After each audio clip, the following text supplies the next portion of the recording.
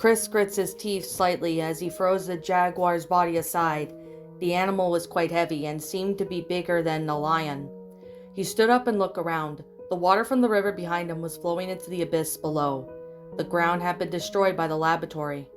Wesker was clever. As much as they had the equipment to circumvent the site's protection, they must have imagined that they would put microchips on animals as a form of protection. That's how he knew they were there. It had to be. "Is everyone all right?" he asked his man, who seemed to be fine, despite having to be taken by surprise. "I can't access our system, but there don't seem to be any hostile creatures nearby," his man on the left said. Finn was young but very smart. "You heard. Let's stick with the plan. Get back into formation," Chris said, taking the lead and walking towards the destroyed ground without letting go of any of his men say anything else. As he approached, his eyes surveyed into the abyss below. The laboratory was immense. The ground beneath them was practically hollow, supported by only metal beams and columns, with a layer of steel just below the ground. Whoever put that place there took a long time and certainly spent a lot of money. It was surprising that such a place existed without arousing any suspicion. "Alpha A, ready to enter the laboratory, descending," he communicated through his communicator, and he signaled for his men, who took some ropes, tied them tightly where they could. "Copy, Alpha B, approaching from the west, approximately 150 meters, over. Alpha C to the east. There is what looks like a river entrance, over. Alpha D from the south, descending." Chris turned and nodded to his men, grabbing one of his ropes and leaping into the abyss below.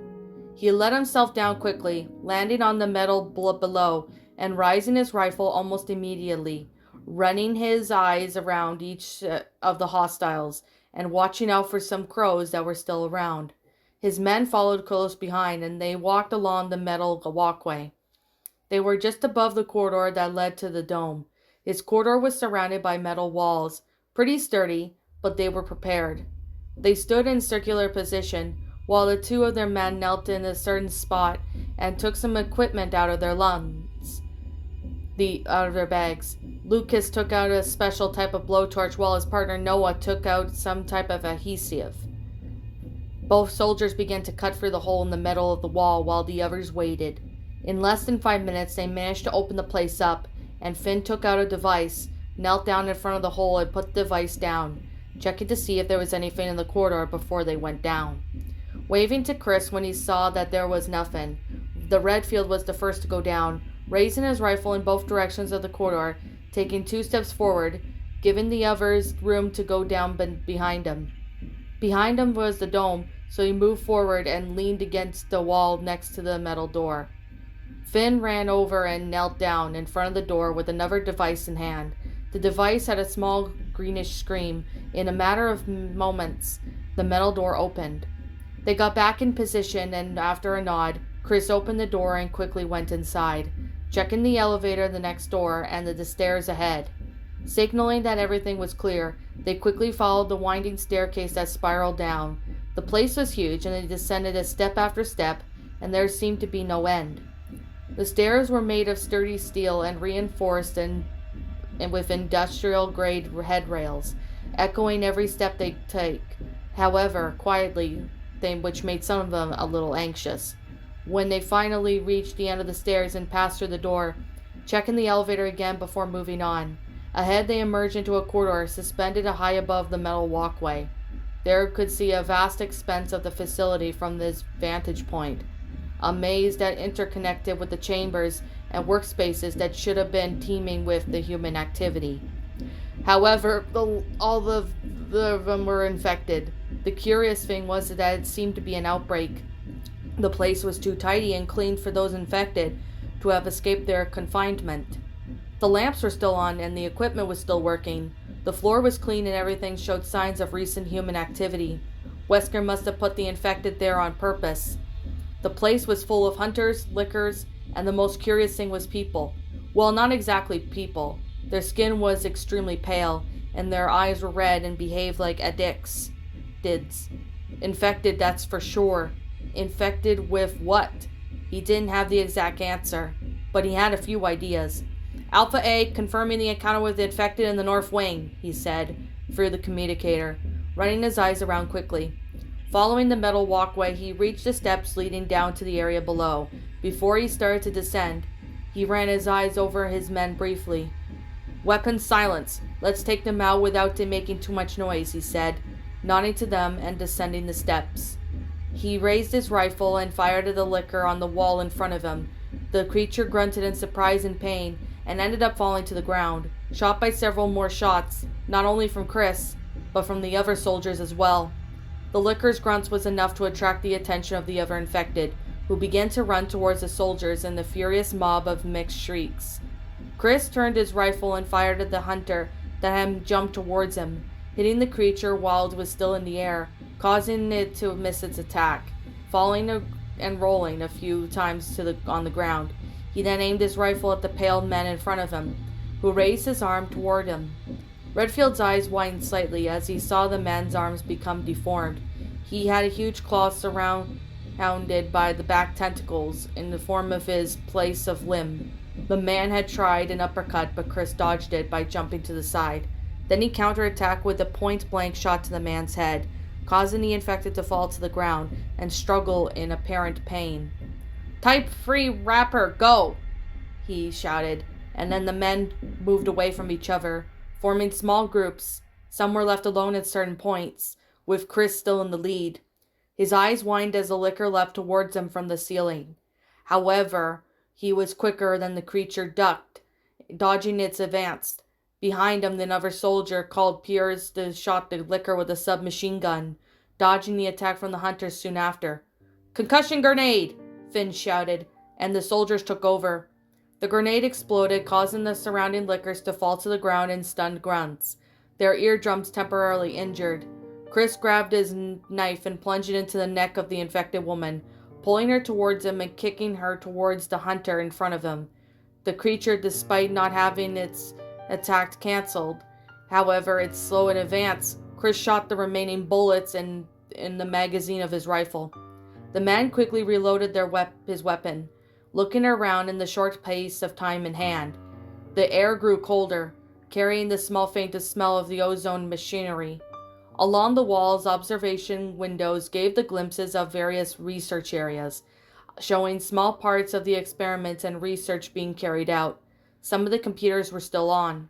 His attention was drawn by the sound of rapid footsteps. In front of him was a licker running towards him. The creature was fast and tough, but it didn't seem to feel the shots that pierced through his body. The licker leapt towards him, its claws extended in front of his body, ready to pierce the man. However, Chris dodged by ducking, and quickly turned to warn Pierce behind him. However, the soldier was skillful, and dodged moments before being hit by the claws, reloading his submachine gun and firing at the licker. Chris stood up and advances on the infected man in front of him, hitting him with a strong punch to the face, leaving him disoriented. Before he could do anything, however, a hunter tried to attack him with its claws, and the soldier was forced to dodge. However, the man had punched soon was hit from the shots of the soldiers, and Chris was able to focus on the hunter in front of him, placing the barrel of his rifle against the creature's neck and firing until the clip ran out of bullets. His team's coordination was good, and in a matter of minutes they cleared the place. The floor was covered with infected bodies and blood, the walls scarred with bullets and claw marks. Chris reloaded his rifle and ran his eyes over his men. "Is anyone hurt?" he asked, and the soldiers checked each other out. "No, sir," the man in charge of the medical treatment, Austin, replied. "Good, check the rooms," Chris said, and beckoning Pierce to follow him. They soon headed towards the room ahead. Chris opened the aluminum door, and they entered with rifles raised. The research room was clean and the computer was still on. There were some documents on the small table and a glass of coffee, now cold, next to some files. Chris walked over to the computer, while Pierce took care of the back office. "Malaria rates have increased in recent years. The Amazon River is the largest river in the world. It's also the largest river by some volume of discharge, contributing around 20% of the total river discharge into the oceans. Hell," Chris muttered to himself as he read the research. It didn't seem to have to do anything with bioterrorism. It was just a survey of the region. However, this was also worrying, because of the river was such great importance, throw a dangerous virus into the waters, and the damage would be disastrous. It was likely that Wesker had planned to use at some point. Sir? He turned to focus his gaze on Lucas, who was standing in front of his door with his rifle in hand. The place is clear. We haven't found anything, but there had been signs of human activity recently. We found a bottle of coffee that was still hot. Lucas explained, and Chris walked away from the site. There's no one here but them, Pierce said, pointing at the bodies of the infected people lying on the ground. What do you expect from the complete psychopath? Chris said, signaling for his team to regroup. Alpha C here. We've had an encounter with some infected. We've encountered a slightly bigger problem. His communicator beeped with Parker's voice.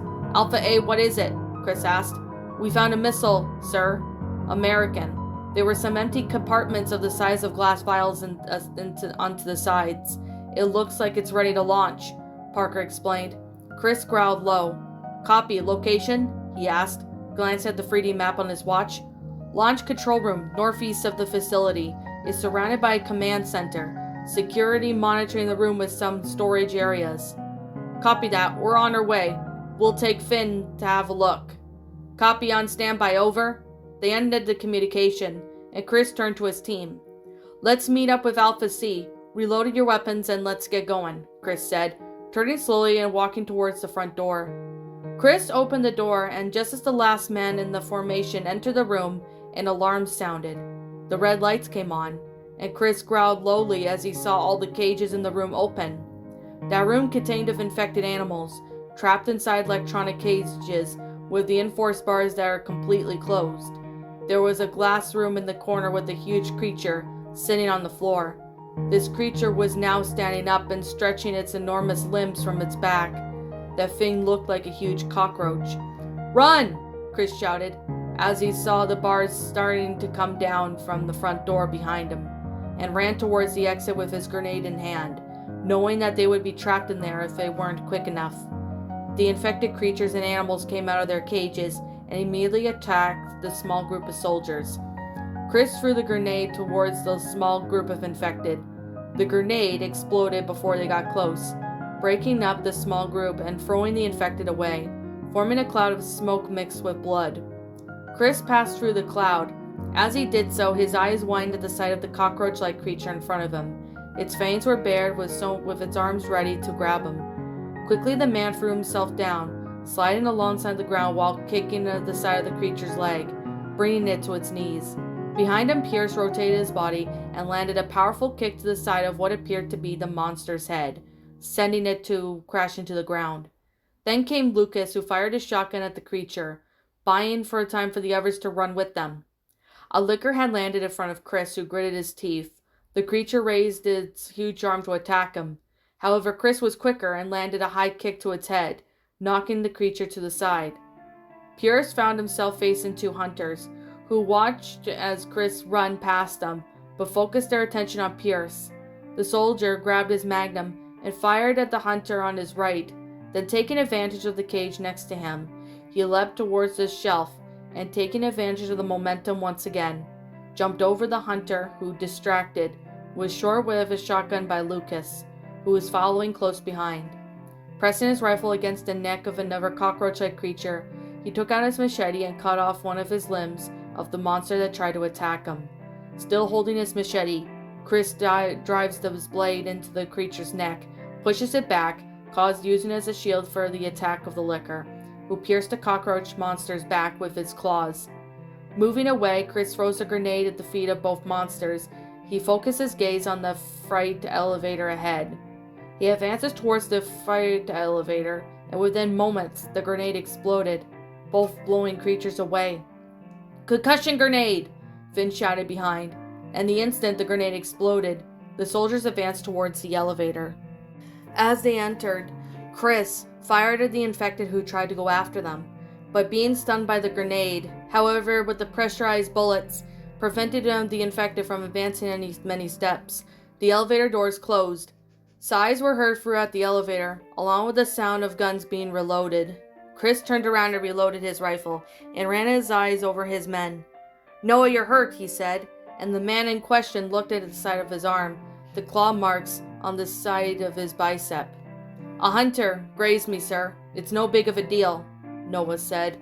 Still, Austin better take a look at that bandage wound, Chris said, and Austin went straight to work, bandaging Noah's arm after the man had sat down.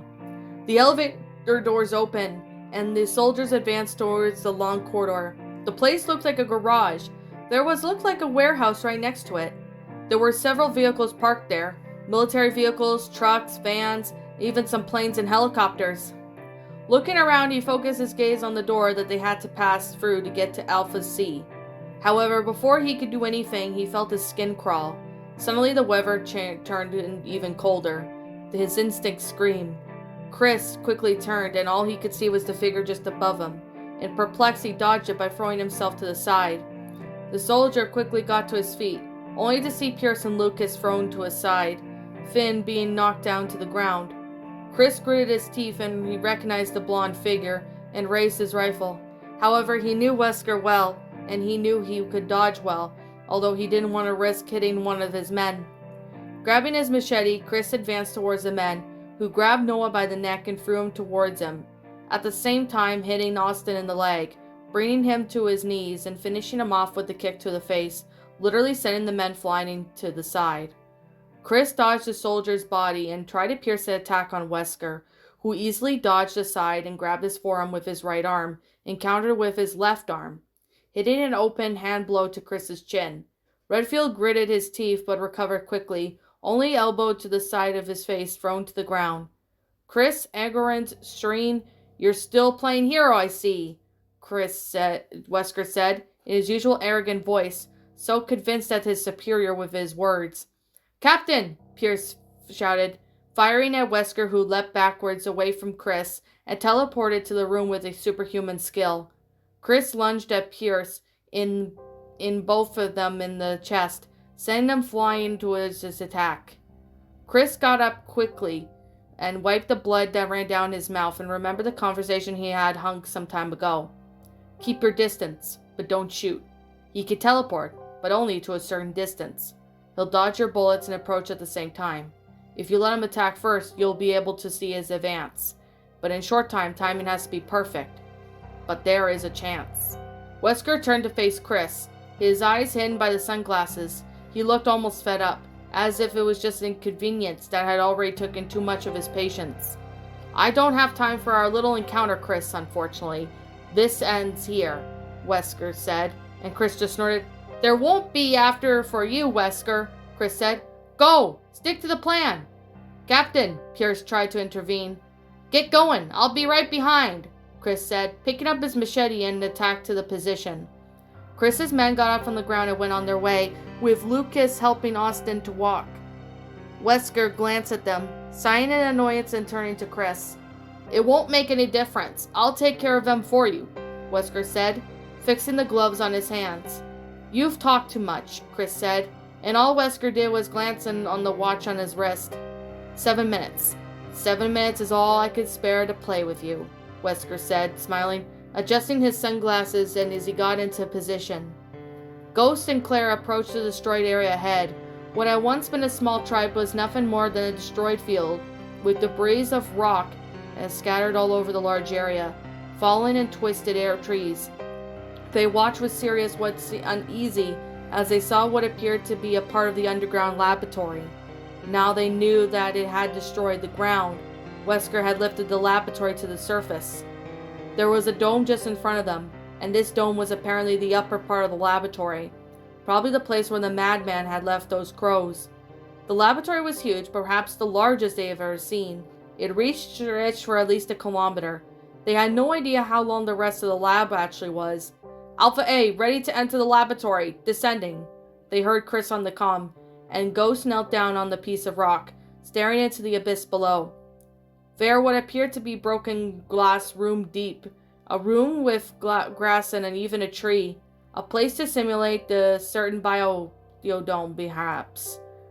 Alpha D from the south descending. He said it to his communicator, descending up again, and Chris and Claire standing next to him. Descending. How do you plan for that? Jump from there? She asked. But soon Ghost's gaze made her realize that he was quite serious. Wait, you're not serious. "Hold on to me," he said, picking up his hook shot. As if it wasn't that Claire doubted him, she knew that he wouldn't be serious like that if he wasn't so sure, and just as she did so, he asked and wrapped her arms around the man's neck. Ghost leaned forward and let himself fall. Claire squeezed him a little tighter as she felt herself free falling, but after a few moments he fired the hook shot, and they both swam to the ground, where they landed safely. Ghost kept his arm firmly around the woman's waist, who in turn had her arms around his neck.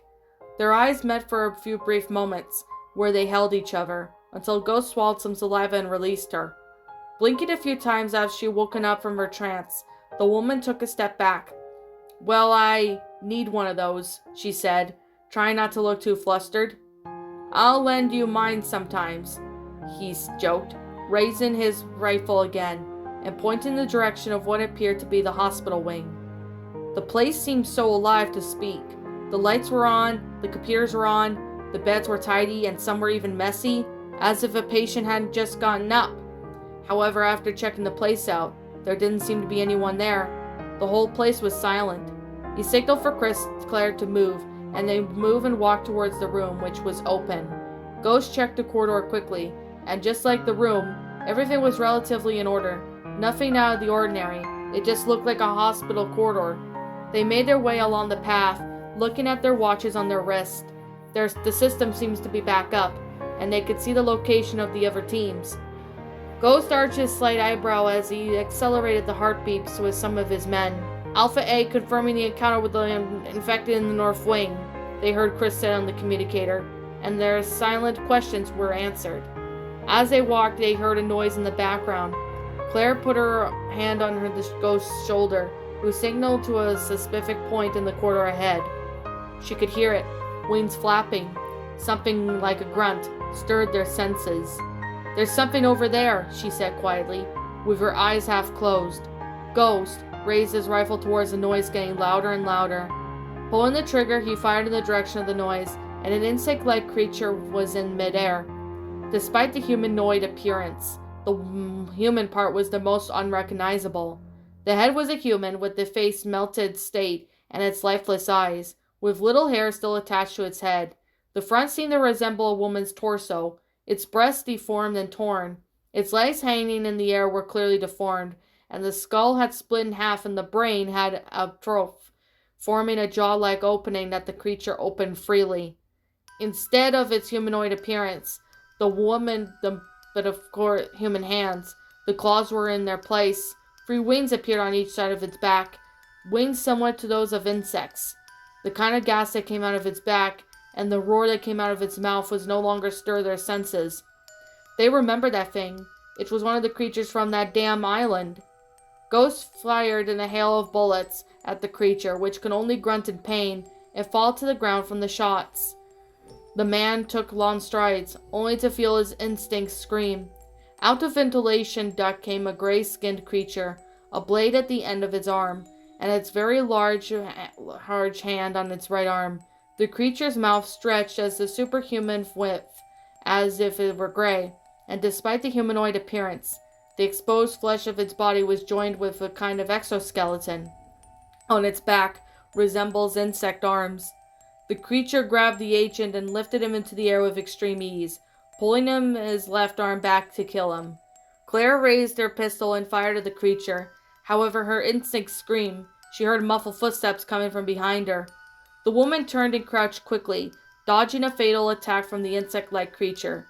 The creature growled and attacked her again, and Claire quickly analyzed before dodging once more. The creature had 5 sickle-shaped arms. 2 of them were on the back and just behind its thick neck. It was a mixture of human with some kind of insect and exoskeleton. The creature was large and heavy, almost reaching to the ceiling of the corridor. However, its footsteps were muffled, despite its clear weight. Ghost struggled and kicked the head of the creature holding him, shooting at the back of its neck shortly afterwards, now free as he spins his body while still in the air and lands softly on the ground. Stepping back, he changed his ammunition on his rifle to armor-piercing bullets. Turning, he throws a grenade at the fallen monster in front, and quickly dodges the attack at the monster before him. He tried to react, but the monster viciously attacked him with another of its claws. Pressing his back against the flat surface of the wall, Ghost leaps into the air, catches the momentum of the wall, and leaps over at the creature, while grabbing his desert eagle. On the monster's back, he places the barrels of his gun and against the creature's neck and fires. The heavy firepower of the gun caused the creature to roar and fall to the ground.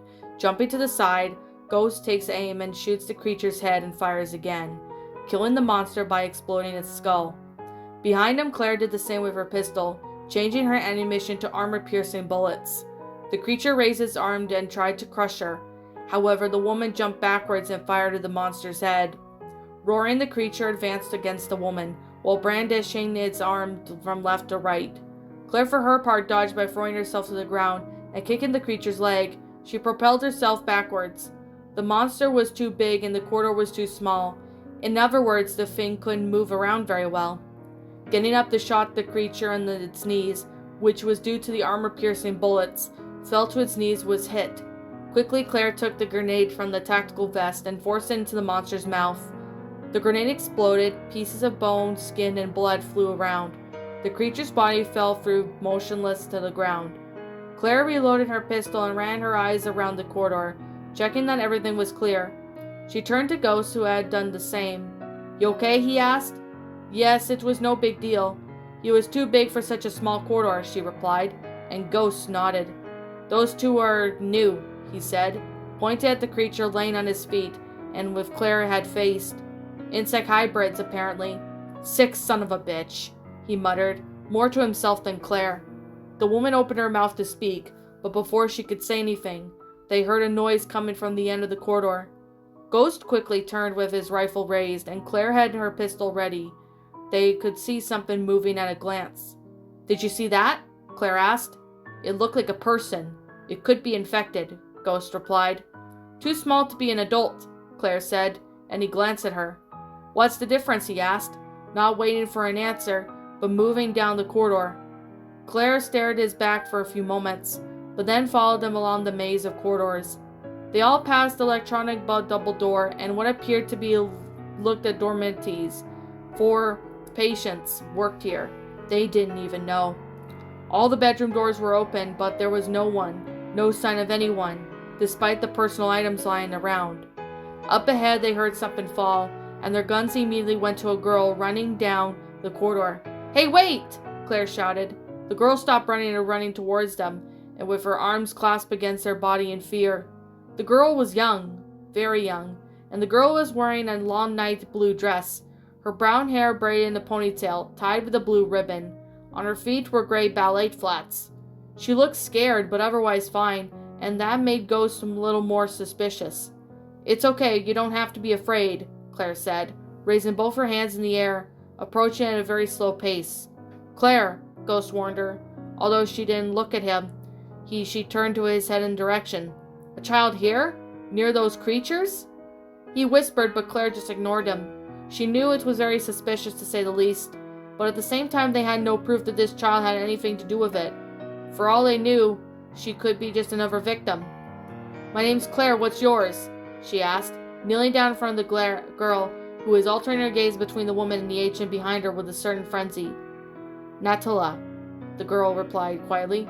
"Natala, you're a very brave girl, Natala," Claire said. "How did you end up here?" That man brought me here," she said, somewhat now aware of Ghost approaching, who stared at her with neutral eyes, and he kept his rifle lowered. "That must have been awful. We can get you out of here," Claire said, raising her hand towards the girl, who shook it, with uncertain but a little more comfortable. Claire then turned to Ghost, still holding the man's gaze for a few moments, until he sighed and reached for his communicator. "Alpha D, come in," he began, waiting for an answer. "Alpha D calling." "Alpha D, come in. The Reaper is unavailable. I'd be in charge for the time being." Ghost bowed his head slightly when he heard Alaya's voice. "We found a civilian, a child, requesting her team to get out of here," he said. "Alpha C and Alpha A got in touch, Ghost. There is a team on the way to the North Wing. I'll mark the location on your map," Alaya said. "Ghost, I ask you to be quick about it, and when possible go to the garage, the next B-free storage room. Alpha A has confirmed a confrontation with Albert Wesker." The news made Ghost's eyes widen slightly, and his whole body tensed up. "Roger that," he said, glancing at the watch on his wrist. The garage, although not exactly on the way, was close enough.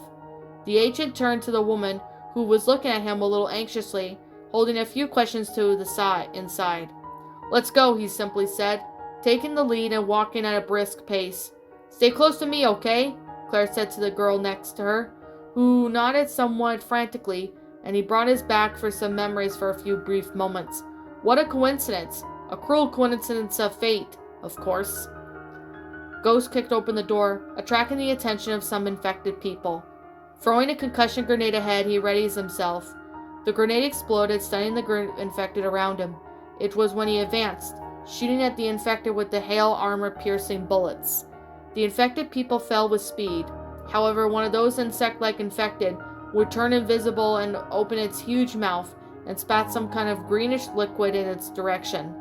Chris dodged it by jumping over the railing of the metal walkway they were on and hit the creature in midair, causing it to fall with a loud thud to the ground and quickly walked away. A licker jumped towards him, and Ghost reacted quickly, leapt off the railing, causing both creatures to pass straight for him and fall next to the other infected on the floor below. Seeing this, Ghost takes a grenade from his tactical vest and throws it towards the both infected. As he advanced, he heard hurried footsteps approaching from behind him, but he gritted his teeth and he saw nothing in his line of sight. It was then that he saw a faint red glow. His instincts kicked in, throwing his torso backwards and taking a single step backwards. He dodges a claw attack by the hunter, quickly countering attack as he took his knife and plunged it into the infected creature's neck. Pulling its knife in one swift motion, he takes momentum and kicks the hunter to the side, firing at the infected that followed along the walkway until his clipper ran out of bullets. Turning to face the hunter, he sidesteps another slashing attack from the claws of the creature, which was now viciously attacking him. As if irritated from the previous attack, the hunter tries sideways blow, but the agent dodges by ducking. Taking the advantage of his own movement, the creature spins its body and tries another side attack.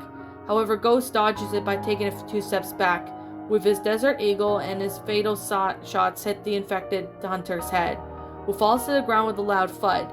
Its body is now motionless. After clearing the place of infected, they continue on their way until one point. Ghost stops in front of a double door. "I'm going to Wesker. You concentrate on getting her out of here. The location is marked on your map," Ghost said, turning to Claire. If it hadn't been for anyone else, he wouldn't have let her go. He was still suspicious about that girl, and it didn't make sense for her to be there, apparently fine, when the whole lab was infected, especially after finding her so close to the other infected subjects.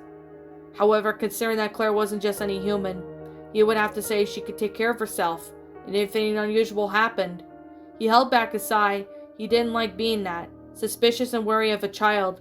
It was possible that she was just another victim that filled him with anger. However, he knew well enough that even if he didn't like it, the child could very well become the monster at any moment. "Right, okay. Be careful," Claire said. "I'd say the same to you. If necessary, Redfield, do not hesitate. Don't let your feelings cloud your judgment," he said seriously, looking deep into Claire's eyes, who seemed to swallow a little saliva, and remained quiet for a few moments, but then nodded. Ghost immediately turned and ran for the door, while Claire continued to run down the corridor, not noticing any increasingly black veins on the little girl's body. Okay, so normally I don't review stories that are not, finished or something like that, but seeing that this chapter is kind of almost the end, but this story was last updated sometime in March, so with that being said, let's get on with the review. I personally really like this story. This, honestly, has a really good concept, the fact of, pretty much Leon loses his identity completely of Leon and now has been referred to him as Ghost. I personally thought that was honestly a really good concept. I really like that a lot. It suits him really well in a way, but I could see this being really realistic, especially for those who've watched the Resident Evil movies or played the games, should know about what Resident Evil is and the plot lines and storylines, etc. But with this story, it honestly really worked. I'm impressed with this story. So that story is written by LouizSt, or ST, but I call him LouizSt because that's what the author's name is displayed. I gotta give it to you, author. Really great story. I personally love the concept of it. It's really interesting. I hope that maybe this will get updated. So, whenever this story does get updated, I will read the last few chapters whenever it gets done, and I will, review it then. But at the same time, I really don't know. Because I'm just giving this a review now because I don't know when this is going to get updated. But if it ever does get updated, I'll read the chapters of this, but I really don't know how many more chapters are going to be in this. So, this review is just going to be how it is right now. Now, with that being said, the grammar is really good. I personally really appreciate the good grammar. The sentence structuring was really good. I appreciate that a lot. The paragraph structure was really good. I can definitely say it. There's a lot of time and effort into this story, which I'm really impressed because the grammar is obviously really good, and the paragraph structuring and sentence structuring is really good too. So you should be proud of yourself, author. So, with that being said, I personally liked a lot of the story, especially the concept of it. It's really good, really well made. Anyway, I have been leaving links to this story in the description down below, so you guys can go and, check them out if you want to. But you personally would really enjoy this story if you take a look at it. So, with that being said, I really like it. So, I will read more of this story if it gets updated, but at the same time, we don't know when this story will get updated. So, yeah, I'm following this story on fanfiction just in case if it ever gets updated, but who really knows when it'll get updated. But anyways, this is a really good story. I really enjoy it. So, with that being said, and that being the case, like I'm always going to say, this is just simply my own personal opinion, and if you disagree with it, that's perfectly fine too. We're all entitled to our own opinions in regards to these stories. This is just simply my own personal thoughts. I give this story a 10 out of 10. Really good, really well made. I really do appreciate the good grammar and stuff like that. The concept of it is pretty good. The plot line was good. I really like the concept of the story. It's just really well done. That is something I can really say that all of it is really good. So to the author of the story, keep writing. I do hope maybe someday I'll take a look at your other works if I ever get the opportunity to do so. But yeah. But anyways, what did you guys personally think of this story? Did you enjoy it? Did you not? Also, what we have done personally to help make this story a lot better? Feel free to let me know what your thoughts are down in the comments below. I'm the Lion Queen. Thank you so much for watching today's video. If I'm missing something that I did not talk about in this story, please let me know what it is in the comments below. And as always, if you're new to my channel, be sure to leave a like, comment, and subscribe if you're new. Ring the bell for notifications to when I upload so that way you guys will not miss an upload. And as always, if you happen to want to follow me on DeviantArt, link to my DeviantArt will be in the About page section, so you guys can go follow me on there. Also, if you want to follow me on Twitter, link to my Twitter account will be in the About page section, so you guys can contact me on there.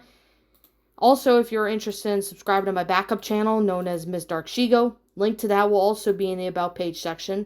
So as always, with that being said, and with that being the case, I'm going to sit here and say right now, thank you so much for watching, and like I said before, and I'll say it again, when this story does get updated, I'll read more chapters whenever it gets updated. So, we really just don't know when it'll get updated, but for now, it's just going to be like that.